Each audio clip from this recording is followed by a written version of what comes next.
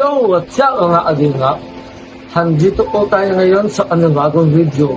Pero bago po tayo magsimula, huwag po natin kalimutang mag-subscribe sa aking YouTube channel, at mag-likes at pindutin ang notification bell o ang updated kayo sa aking mga video.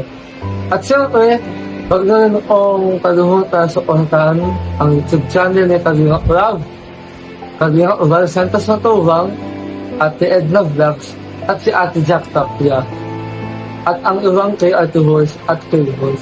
At syempre, supporters din natin at sa tumutulong sa atin na isa sa mga kasama ni Kuya Love, si Kalingap Tata. So, ayun na mga Kalingap, umpis na natin. For today's video ko ay sasagutin ko lang naman po ang katanungan ng mga ilang tao at ilang supporters na sumusuporta sa akin, at lalong-lalo na po yung mga nagmamahal sa akin tungkol sa aking kapansanan at sa aking katauhan. First question po mula kay Mila David Montanes. Tanong niya, ano yung kapansanan mo? Inborn po ba yan? Oo, inborn po ito. At ang tinatawag ko sa kapansanan na ito ay Mobius syndrome. Yung Mobius syndrome, di ba yan yung katulad ng nasa mukha mo, Bell's palsy. Ano tawag ng Bell's palsy? Yung parang paralyzed yung kalahati ng mukha mo. Kaya yung isang mata mo nakapikit. Tapos yung ipinanganak ka, yung pilik mata mo, imbis na palabas, papasok sa mata mo, kaya diretso na duling ka na rin. Tapos yung iba, tinatanong, ano ba daw yung pagkalak ng jaw mo, yung lock, inborn din ba yan? Oo. Nailangan ako kumain, tapos minsan tumutulo sa yung pagkain. Kasi nga, hindi nga ako medyo maayos yung aking bunganga, kawa nga ng lockjaw, at saka hindi rin po pwedeng erase. Hindi talaga siya totally nagsasara. Oo. Kaya ka nakalakjaw. Kaya yung pinaka-close ang bibig mo ganyan. Patingin mo nga, pakita mo. Yung ngalang-ngala mo is narrow, maliit lang. Kaya yung pag kumakain ka, kailangan mong higupin para malunok mo na rin diretso, di ba? Kasi nga, pag nagngunguya ka, hindi nagtatama yung ngipin mo kasi nga lockjaw ka. Oo. Yung iba, tinatawag kang poker face. O kaya, kumbaga sa Tagalog naman, damdaming walang muka kasi nga wala kang reaksyon. Pag umiyak, tumawa, o magalit. Pakita mo, tumawa ka. Yung malakas at tawa mo. Yung galit, kita mo kung paano ka magalit. I-straight mo yung mukha mo. Yan, galit. Iyak. Pag umiiyak po siya, namumula lang ang ilong, namumula ang kilay, sabay tumutulo ang luha. Tapos minsan, mapapansin niyo si Arjon, lumuluha ang mata niya kahit wala naman nakakaiyak. Kasi nga po, yung mukha niya is paralyzed, para yung katulad sa Bell's palsy, hindi nag-close or nag-open yung mata niya kahit sa pagtulog, naka-open lang talaga ang mata mo. Kaya laging lumuluha, di ba? Ayun. So, may reason kung bakit higop ka ng higop. Next question po from Maribeth Tabalan. Ano po bang tawag sa ganyang karamdaman? Diba tawag sa karamdaman mo ay? Mobius syndrome. Di ba pag may nakakita ka ng meron ding Mobius syndrome na kapareho mo, kahawig kayo, di ba? Di ba yung mga Down syndrome magkakahawig din? Yung may mga syndrome, may mga kapansanan, may mga magkakahawig, di ba? Tapos ikaw nakita mo, di ba? Pinakita ko sa iyo. Yung karamihan ng Mobius syndrome is magkakamukha din. Kano nga din yun. Pero ang mga similarity nila is yung matatangos ang ilong, makakapal ang kilay, narrow yung forehead, yung mga yung noo nyo, mga narrow. Tapos yung yung maliit lang. Tapos mga nakalakjo kayo. Tapos maikli ang dila. Pakita mo yung dila mo. Yan na, yung pinakamahaba mong dila, yan na yan. Parang yung dila po nila is parang sa ibon. Tapos lockjaw din. Tapos yung ngala-ngala mo is narrow, maliit. Pakita mo yung ngala-ngala mo. Kaya hirap yung doktor pag binubunutan ka kasi nga maliit lang yung ngala-ngala niya. Yan na yung pinakamalaking ngala niya. Yan. Tapos, kaya siya naglalaway. Lockjaw. Yan ang mga similarity ng Opo. mga may movie syndrome. Opo. Pero, yung sa'yo, pagka-movie syndrome mo, konti lang. Mga nasa 30%. Kasi may mga movie syndrome na yung parang hindi nakakalakad. Di ba dati hindi ka naman nakakalakad dati? Hirap ka maglakad, no? Hanggang sa na-practice lang, na-exercise. At kung napabayaan ka, baka hindi ka kalakad. Di ba? Opo. Tapos kahit yung pagsasalita mo, Otal, ngayon straight na. Yung nagsalita ka is, ilang taon ka nag-start magsalita? Pagtatatlong taon? Bago ka natuto, tapos nung natuto ka magsalita, hyper. Next question from John Wonder. Inborn ba yung nakalakjo? Kasi hirap ka kumain at sa paa mo. At tulad kanina, nasagot mo na yung sa lakjo, pero sagutin mo yung sa paa, yung sa paa daw yung problema mo, bakit daw balikot yung paa mo. Pakita mo yung paa mo, Darden, dali. Oops. Yan po. Ipinanganak po siya, clubfoot siya dati. Tapos minsan nalagatok yung paa ko. Tumutunog. Oo. Kasi dati, yung paa niya is ganyan, tapos ito yung talampakan niya noon. Ito dati, nasugat yan.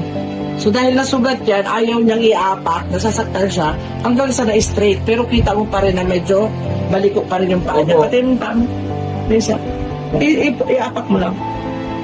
Ayan, medyo baliko siya. Pero medyo na-straight.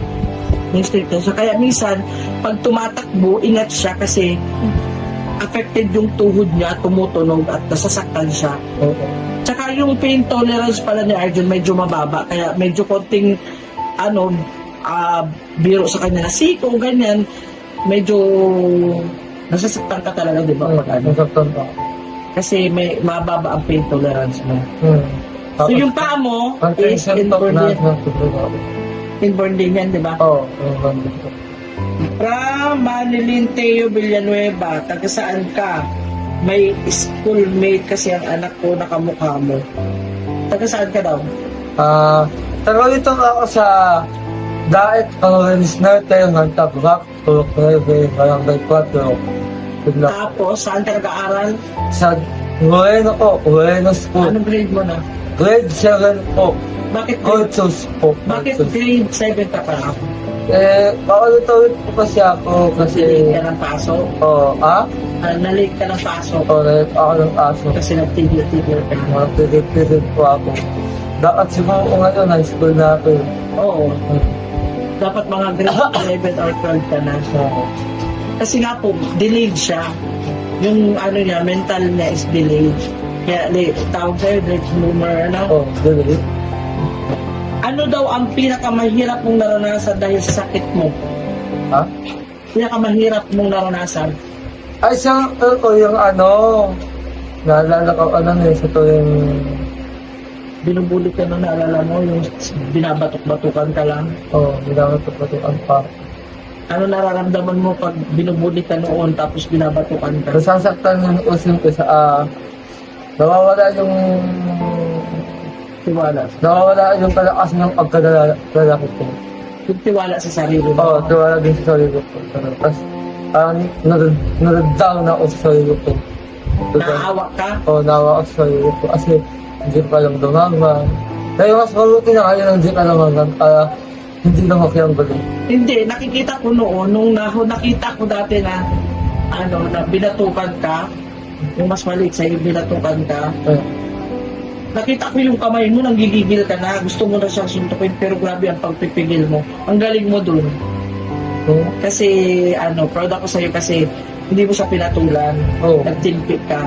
Kasi alam ko, isang suntok mo lang dun, wala, tunog yun kasi mas malaki ka sa kanya eh. Pero tinigilan mo. Ano yun? Anong pinaka nararamdaman mo talaga? Umiyak ka ba? Ano pa? Nalungkot na ngayon kahalong inis. Nalungkot na kahalong inis. Siyempre. Tapos sinabi ko sa sarili ko, kahit wala ko ganito, lang ko. Noong time na lagi kang binubuli. Anong noon na binubuli ka at binubuli ka ngayon na panahon?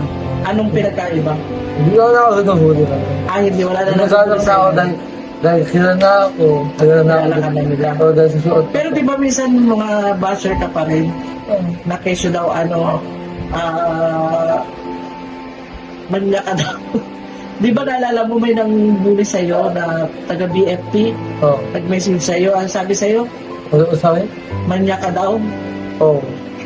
Kasi naghahawa ka daw sa sa mga Kalingap Angels. Yung pangarap ko is kaibigan. Sa, Ano bang hawak ang ginawa mo? Sa balikat. oo, sa balikan. Ay, yung kay Angelica ngayon. Kaya Angelica, hindi ko hinahanap niya. Kasi Kasi yung magkaibigan. magkaibigan ang turingan nyo. Oo, Hindi talaga kaya- walang mali siya. Oo. Tsaka yung paghawak-hawak mo is comfort Oo. lang. Comfort. Content lang. Pero wala Ramadan naman. Sandra. Yung iba kasi hindi nila naiintindihan, akala sila sadya mo. Pag medyo grabe na yung dramahan ninyo, yung arte-artehan ninyo, minsan nakikirid away ka, hindi mo alam na nahawakan mo sa ulo, gano'n. Pero walang sa'yo. Walang ano yan sa akin. Walang mali sa Magkaibigan lang kayo. kaibigan ng kami.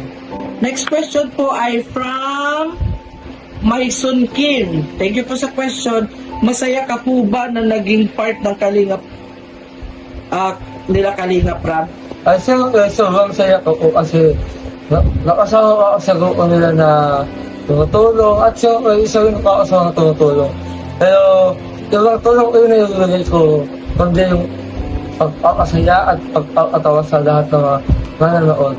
Kaya, yun ang pinakasalamatan ko kasi Kuya Rao kasi kahit na tao, tinanggap ko pa. Kaya, thank you Kuya Rao. At siyempre, sila Kuya Val, kasi si Kuya Val lang ang punot dulo ng lahat kung bakit ako nakasaya sa Kalinga. At siya rin ang dahilan kung bakit nagbago ang buhay ko. Siyempre, kahit sa kanyang magandang asawa, na si Ate Edna Vlogs. Maraming salamat sa Ate Edna dahil sa iyo, nagkaroon ako ng pangalawang ina. Kumbaga ikaw yung nagsusuporta sa akin, kahit na ganito o sinusuporta mo. So, ayun po, maraming salamat. At siyempre, si Kuya Tata. Si Kuya Tata lang, yung parang antulong siya, parang kapatid. Tapos sasamahan ko na sa lahat ng gusto mo. Marami ka rin natututunan sa kanila. Oo, wala nga natutunan sa kanila. Mga agalitan, mga Kasi tamang-asan. kahit may mali kang nagagawa, may intindihan pa rin nila. Oo, kahit namamaya ang ginagawa. Salamat po sa mga nanood at suporta, lalo-lalo na sa mga love team na ginagawa ni Kuya Ram. Pasalamatan yung mga nagtanong sa iyo. At nagpapasalamat din po ako sa mga nagtanong kay Mila, David, Sunod. at kay John Wonder. Lalo-lalo ako kay Marison Kim. At siyempre kay Ate Marilet Tabalan. Lalo-lalo na ako kay ito. Kay Ma'am Edwin lang. Kay Ma'am Maribel Tabalan, Marilyn Tio Villanueva, at Tessa de la Cruz. Sila po yung mga nagtanong. Anong masasabi mo para dun sa mga papansala na katulad mo? At siyempre, gawin nyo ang inspiration itong mga, huwag nyo kong hayaan na pigilan ng mga pansala nyo ang iyong mga pangarap. Sana, go lang kayo, lumaban tayo sa buhay. At kung wala mga nangaki sa inyo, huwag po natin silang hayaan na papilin tayo. Hayaan na po natin sila. Ngunit,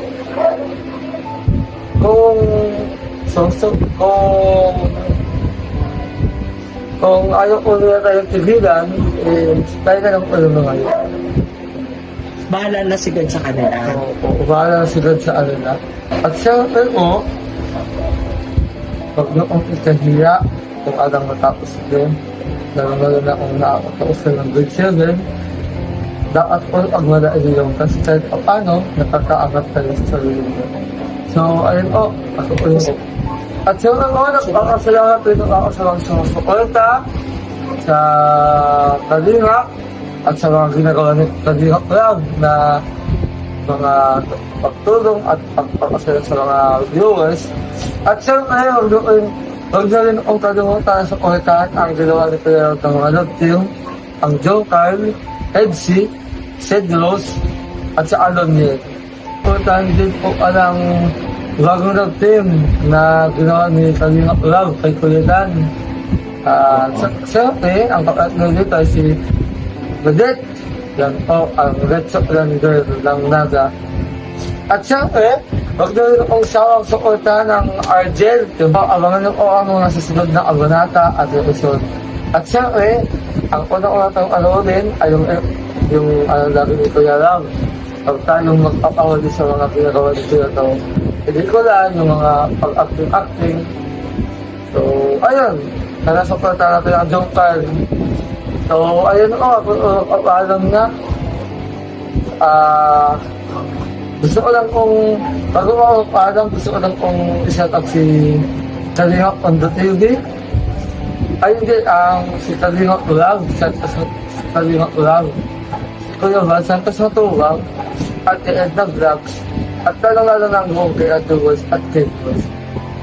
At siyempre, sa pag-ulit po sa tita ko dyan sa UK, si Tita Alonda Logans, ay kayong hangulo sa Lino Molina at sa buong pamilya niya. Siyempre po sa lahat ng mga sponsor ko, sa sponsor ko ng Angelica, yan po maraming salamat. At sa sponsor din po ng mga Jomcal, dahil isa po sila sa mga nag-sponsor sa akin.